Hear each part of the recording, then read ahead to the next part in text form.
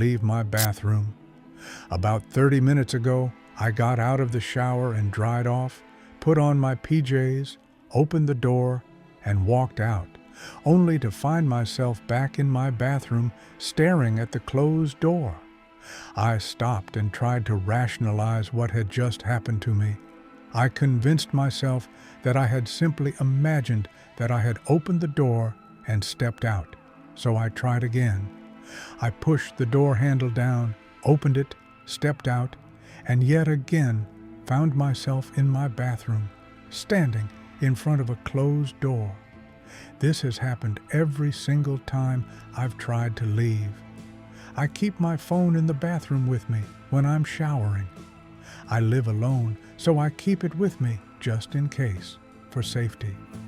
The first thing I did was call my parents. My dad didn't pick up, but my mom did. I tried to explain the situation to her, but she couldn't seem to understand how I was trapped in my bathroom if the door could open. She seemed convinced that I must mean that my bathroom door's lock was broken and I was trapped inside. Regardless, she said that she would be over ASAP. She only lives a 15-minute drive away, so she should be here any moment. I'm sat leaning against my bathtub, looking out the open bathroom door into my landing. I opened it this time, but didn't try to step out. Everything looks normal. My bedroom door is closed just as I left it. The airing cupboard door is closed as well, and the stairs leading down to the hallway and the front door are all normal. The door is shut. I don't have any recollection of how it shut when it shut, only that it must have happened in the last few seconds after I wrote that last paragraph. I've just reread and reread that paragraph. It's proof that I'm not going crazy and imagining this. My mom just texted me to ask if I'm in the house. I said yes, of course I am. I'm trapped in the bathroom. That's the whole reason that I called you here. This is what she has sent. Mom, why aren't you saying anything? Me, what do you mean, Mom? Are you even in there? Me, yes, I'm in here. Are you here? Mom, I'm outside the bathroom door. I've been calling your name. I don't understand. I can't hear anything through the door. I'm going to open it. I can see my landing, my stairs, my front door, but no Mom. I tried to walk out, but it was fruitless, back staring at the closed bathroom door. My mom tried the handle of the door from her side, but it won't open. She brought tools to unscrew the lock. She says she's doing it now, but I can't hear anything, and I can't see the handle moving. Okay, Mom texted me to say the lock is taken out, but the door still won't open on her side. She looked through the circular hole in the door where the lock was, but just saw my bathroom. Empty. There's no hole on my side of the door. The handle and lock are intact. I have no idea what's happening or how I can get out. After much convincing my mom that I was in fact in there, she said she was calling someone to possibly knock the door down. I'm worried that once they do that, they will find an empty bathroom, and yet I will still be here, trapped in my bathroom. There are no plug sockets in here, never mind my phone charger. My phone will die at some point. I'm already on 24%. When it runs out, I might lose my only point of contact with the rest of the world. I don't know what to do. Mom's left now to get help. I'm sat wondering what I can do. I tried to break the door down myself. I knew it wouldn't work, but I had to try. I remember reading once on Reddit that you shouldn't use your shoulder. You should try to kick the door by the lock because it's the weak point. It didn't work. I'm not sure any part of this door has a weak point now. The window is small, and I'm not sure if I'd be able to fit out of it. Scratch that. The window won't open either. On average, the scariest room in any given building is the bathroom. You can keep your basements, your attics, and your cobwebby secret rooms hidden in the walls.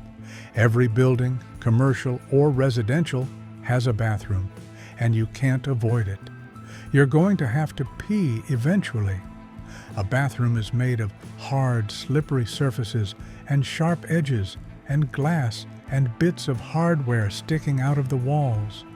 Ever slipped and fallen while taking a shower? I have. Nearly brained myself on the toilet. Bought a set of white sandpapery flowers to stick on the bottom the next day. Many of the surfaces are shiny, reflective, and sometimes fragile. Mirrors are creepy, sure, but have you ever watched your distorted reflection in the doorknob or faucet? Did you see the colors of your flesh, your clothing, and your hair swim around in the stainless steel like oil floating in pasta water? Ever see your eyes looking back at you, pushed out of your face by the curve of the chrome? These hard surfaces change the sound of things. The very sound of your voice can resonate in a bathroom, echo off the walls, making you sound bigger than you are, big and hollow. It's hard to feel like you're alone in a bathroom when your voice doesn't sound like it belongs to you. The bathroom is full of chemicals, cosmetics, skincare, medications, soaps, deodorizers, cleansers of varying strengths for cleaning the actual room itself. Why are there cleansers in there? Because a bathroom is also full of germs, waste, and disease. This is the room where we evacuate our waste, our unwanted bodily fluids, saliva, vomit, feces, urine, pus, blood, and we wipe and wash it off and send it down the drains. The drains. The bathroom is connected to a network of pipes that runs under your neighborhood. Some bring in clean water, the rest take away our dishwater, gutter water, and wastewater. We trust that they aren't connected.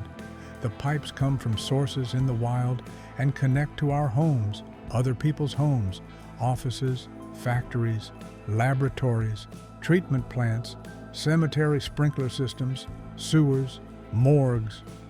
We like our water to come in clean at our chosen temperature. As long as it comes out clear, we don't question it. But there can be so much of it in a bathroom. People slip and fall on wet floors. Is that water on the floor, or is it some other fluid? Children drown in tubs. People get scalded by water that comes out too hot. Fluids, saliva, vomit, feces, urine, pus, blood, and we wipe and wash it off and send it down the drains. The drains. The bathroom is connected to a network of pipes that runs under your neighborhood. Some bring in clean water, the rest take away our dishwater, gutter water, and wastewater. We trust that they aren't connected. The pipes come from sources in the wild and connect to our homes, other people's homes, offices, factories, laboratories, treatment plants, cemetery sprinkler systems, sewers, morgues. We like our water to come in clean at our chosen temperature. As long as it comes out clear, we don't question it. But there can be so much of it in a bathroom. People slip and fall on wet floors. Is that water on the floor? And there are electrical outlets right next to the sink where we plug in things that buzz and blow and burn. What about outhouses, you ask? Those don't have water or pipes? No, they don't. You have to leave the safety of your home to use an outhouse. Fine, during the day, in good weather. But it could be raining or snowing or storming. You could get caught in there in a tornado. Goodbye to you. You might need to pee in the middle of the night and have to creep through the yard in the dark, dressed in your pajamas.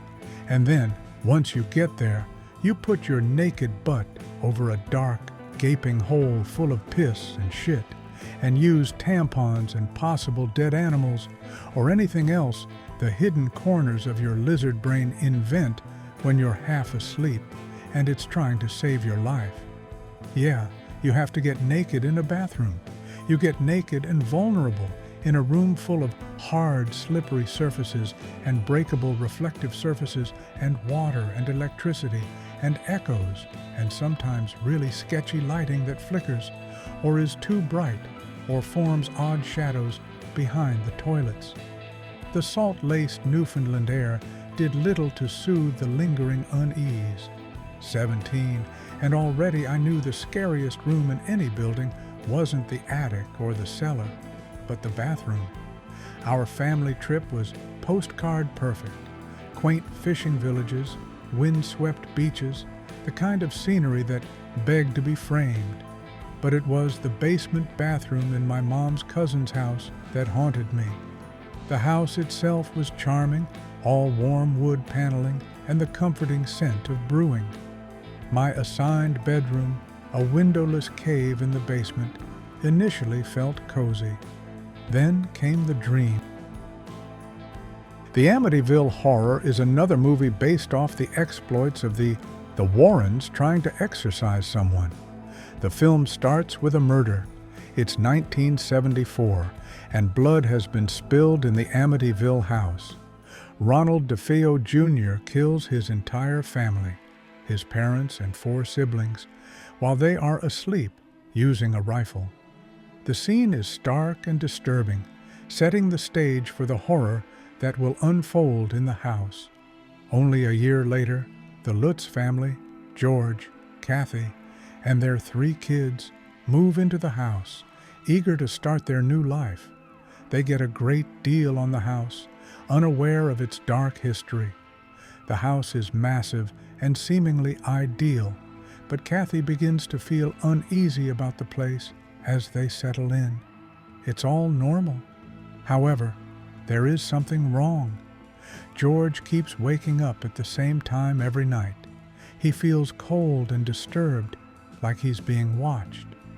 Odd, but it could just be the stress from work and having to move into the house and all the planning that comes with it. Despite their efforts to rationalize their situation, they can't make sense of the strange smell of decay in their home. And it isn't just that Michiel, one of their sons, is disturbed by the flies in his room. No one knows how they got there, but it could just be weird luck. But their daughter Amy is strangely drawn to the well in the basement. George is starting to act weird, aggressive, cold, almost obsessed. He ignores everything around him, getting irritated at attempts to break through his shell and talk to him. He's become obsessed with the house's upkeep, specifically the boiler in the basement.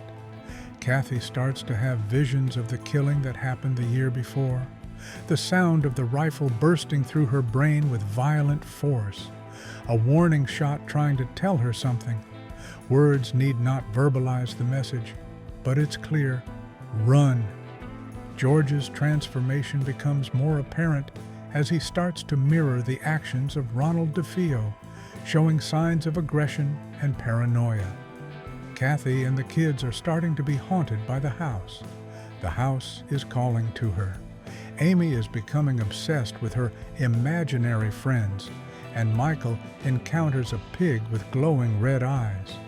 Worst of all, the house takes control of George. A priest, Father Kibler, is called to bless the house, but when he enters, he is struck by a mysterious force, causing his hand to become severely burned.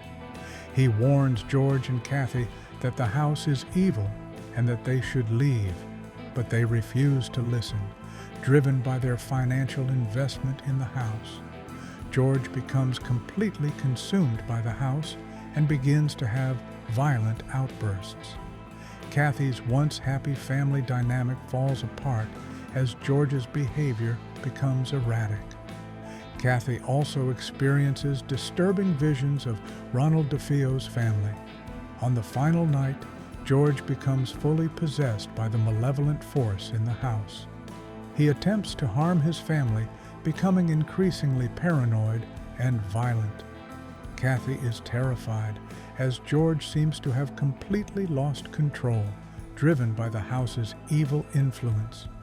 After a final confrontation with George, Kathy and the children manage to escape the house. They flee in a panic, leaving the house behind as the evil presence seems to take hold of George completely. Kathy and the children are safe, but George is left alone in the house, consumed by the malevolent forces.